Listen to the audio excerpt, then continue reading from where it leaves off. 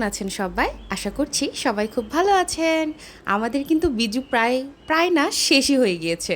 আমাদের অবশ্য বিজু বলা হয় ১ মাস থাকে, কিন্তু ৩ দিনের যে বিজুর অনুষ্ঠান সেটা কিন্তু শেষ হয়ে গিয়েছে। তো বিজু শেষ হয়ে গেছে অনেক দিন, তারপরে ব্লগ দেওয়া হয় নাই।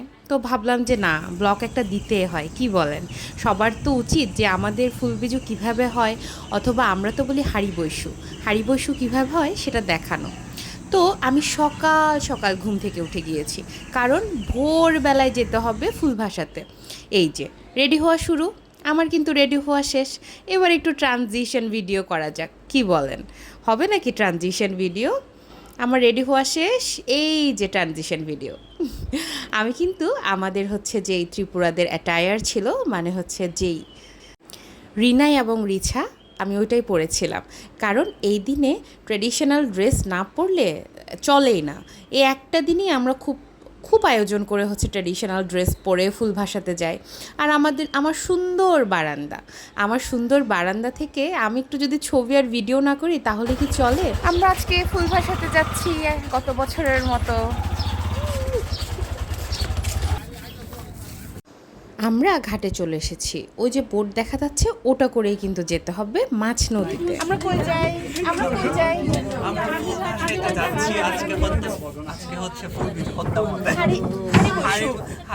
আমাদের ত্রিপুরাতে হাড়ি বৈশু।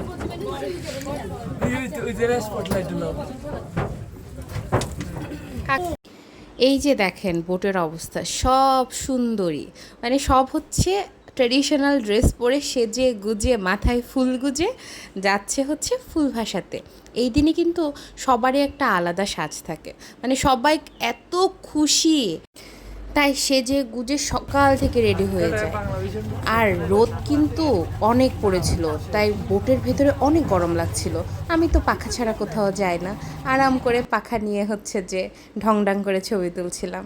এই যে দেখেন সুন্দরী একটা আমাদের বাবু, দেখেছেন বাবু কি সুন্দর করে সেজেছে, মাথায় ফুল গুজে কি সুন্দরভাবে পিনন খাদি না, চাকমারা বলে পিনন খাদি, আর আমরা বলি রিনাই রিছা।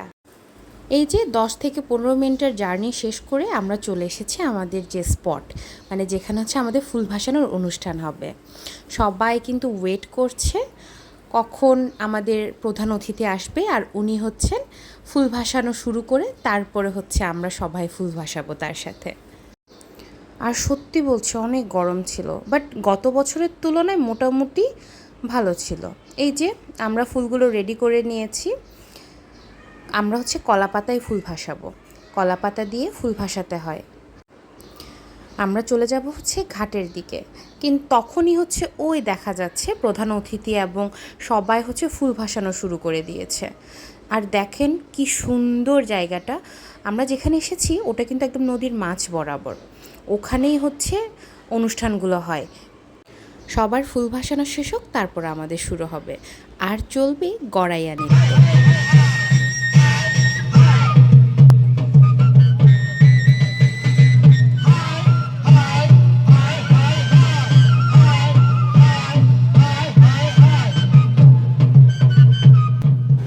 গড়াইয়া নৃত্য করা হয় কিন্তু গড়াইয়া দেবতার উদ্দেশ্যে। এটা প্রত্যেক হাঁড়ি বৈশুতেই হচ্ছে নাচ করা হয়। এখানে হয়তোবা শুধুমাত্র যারা হচ্ছে নাচে তারাই হচ্ছে এভাবে করে গড়াইয়া নৃত্যটা দেয়, কিন্তু আমি খাগড়াছড়ির অনেক জায়গায় দেখেছি তারা হচ্ছে মানে খুব খুব উৎসাহ নিয়ে খুশি মনে সব ছেলেগুলো মিলে নাচা হয়। আর এখানে তো মেয়েরা নাচতেছে, কিন্তু ওখানে আমি দেখেছি ছেলেরাও নাচে, এবং এত ভালো লাগে ওদের একটা রিচুয়াল। এখানে সবাই হচ্ছে দেখে থাকে, ওখানে প্রত্যেক বাসায় বাসায় গিয়ে হচ্ছে গড়াইয়া নৃত্যটা নাচা হয়। একবার যদি কখনো সুযোগ হয়, আমি হয়তো হাঁড়ি বৈশুতে খাগড়াছড়িতে যাব, ওখানে হচ্ছে আপনাদেরকে এটা দেখাবো যে ওরা প্রত্যেক বাসায় গিয়ে কীভাবে গড়াইয়া নৃত্যটা নাচে, এবং হচ্ছে এটা কীভাবে ওরা হচ্ছে সেলিব্রেট করে। এক এক জেলার আসলে এক এক ধরনের আলাদা আলাদা সেলিব্রেশন। আমাদের রাঙামাটিতে এক ধরনের, খাগড়াছড়ি এক ধরনের, আবার বান্দরবানে এক ধরনের।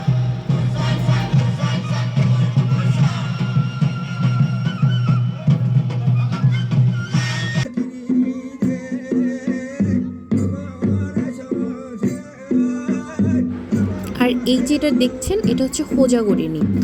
এটাও কিন্তু এটা অনেক টাফ। এটা দিতে গেলে হয়তো বা আমার ভিডিও প্রায় 20 মিনিটস আপ হয়ে যাবে, তাই হয়তো দিনে, বাট কিছু কিছু অংশ দিয়েছি। যে বোতল মাথায় নিয়ে এবং হচ্ছে এই যে সামনে কুলো দেখছেন এবং প্লেট দেখছেন, এগুলো হচ্ছে হাতে ঘুরিয়ে ঘুরিয়ে নাচা হয় এবং this is the most toughest. আমার কাছে মনে হয় অনেক টাফ। যদি কখনো সম্ভব হয় আমি ফুল মানে নাচের যে ভিডিও সেটা আমি দিব। আর আপনারা চাইলে কিন্তু খুব ইজিলি হচ্ছে ইউটিউবেও দেখতে পারেন। হোজাগরি নৃত্য হচ্ছে আমাদের ত্রিপুরাদের খুব স্পেশাল একটা নাচ, মানে বলতে গেলে জাতীয় নাচ টাইপের বলা হয় আর কি। আমরা অনুষ্ঠান দেখছিলাম বসে বসে পেছন থেকে। আর এইগুলো হচ্ছে আমাদের ট্রেডিশনাল ডান্স। আর এগুলো কিন্তু শুধু এইসব অনুষ্ঠানে দেখা যায়, আপনি চাইলেও এগুলো দেখতে পারবেন না। আমাদের ত্রিপুরাদের কিছু ট্রেডিশনাল ডান্স আছে, তার মধ্যে হোজাগরি এবং হচ্ছে গড়াইয়া নৃত্য এইসব। আমাদের অনুষ্ঠানও দেখা শেষ, তো আমরা ভাবলাম যে যাই, এখন একটু খালি আছে, গিয়ে ফুলটা একটু ভাসিয়ে দিয়ে আসি। তাই নদীর কিনারেই চলে গিয়েছিলাম সব কিছু রেডি করে। তারপরে আমাদেরকে কিন্তু এই দিনে বাংলা ভিশনেও দেখিয়েছে। আমরা গিয়েছিলাম ফুল ভাসাতে, কিন্তু ওনারা যে আমাদেরকে কভার করছিল আমরা জানতাম না।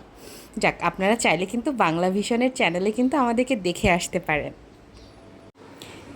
নদীতে নেমে গিয়েছি, এবার আমরা ফুল ভাসাবো আর মা গঙ্গার উদ্দেশ্যে প্রণাম করে তার থেকে আশীর্বাদ নিব, যাতে আমাদের এই গত বছরের যত ধরনের দুঃখ, গ্লানি, জড়া সব কিছু চলে গিয়ে আমরা যাতে সামনের বছরটা অনেক অনেক অনেক ভালো থাকতে পারি মতন।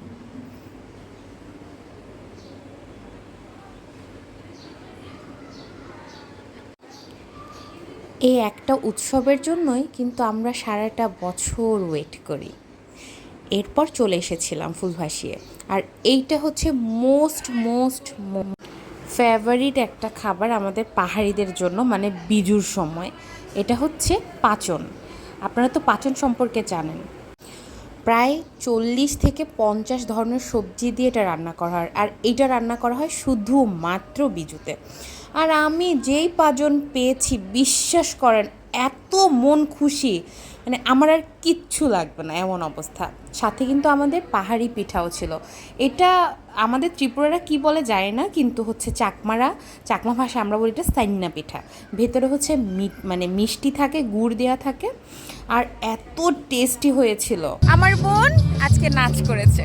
কি নাচ নেচেছিস? আজকে আমি গড়াইয়া নাচ নেচেছি।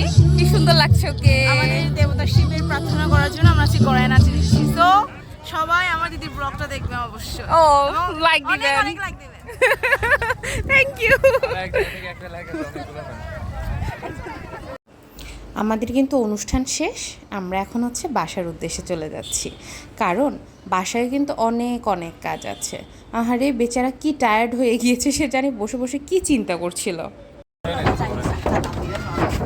আমরা পৌঁছে গেছি, পাঁচজন খায় বিধ্বস্ত। পাঁচনের পিঠা খেয়ে বিধ্বস্ত হয়ে গেছে, সব লিপস্টিক খেয়ে ফেলেছি। আর উপরে দেখেন উন্দুর দমদম আছে বলে।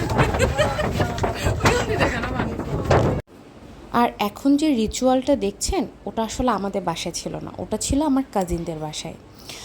যাদের বাসায় হচ্ছে মানুষ মারা যায়, কিন্তু যাদের হচ্ছে একদম এই বছরের মধ্যে অথবা গত বছর মানুষ মারা যায়, তাদেরকে আমরা হচ্ছে ভাত এবং যত ধরনের খাবার আছে সব ধরনের খাবার দিয়ে আমরা হচ্ছে তাদেরকে দাওয়াত করি এই দিনে। ওদের বাসায় এই রিচুয়ালটা হচ্ছিল। দেখেন কত খাবার, এই যে এইভাবে করে প্লেট সাজিয়ে পানি, তারপর খাবারগুলো দেওয়ার পরে যে এভাবে হাত ধুয়ে দিয়ে তাকে প্রণাম করে তাকে ডাকা হয় এই দিনে খাবার খাওয়ার জন্য। অনেকেই হয়তো এসব বিশ্বাস করে না, কিন্তু আমাদের এখানে রিচুয়াল আছে এবং এটা অনেকটা আবেগ এবং ধর্মীয় দিক দিয়ে হচ্ছে একটা অনুষ্ঠান। তো এসব অনুষ্ঠান শেষ করে আবার হচ্ছে দুপুরবেলায় ছিল শ্রীনাথদের বাসায় দাওয়াত।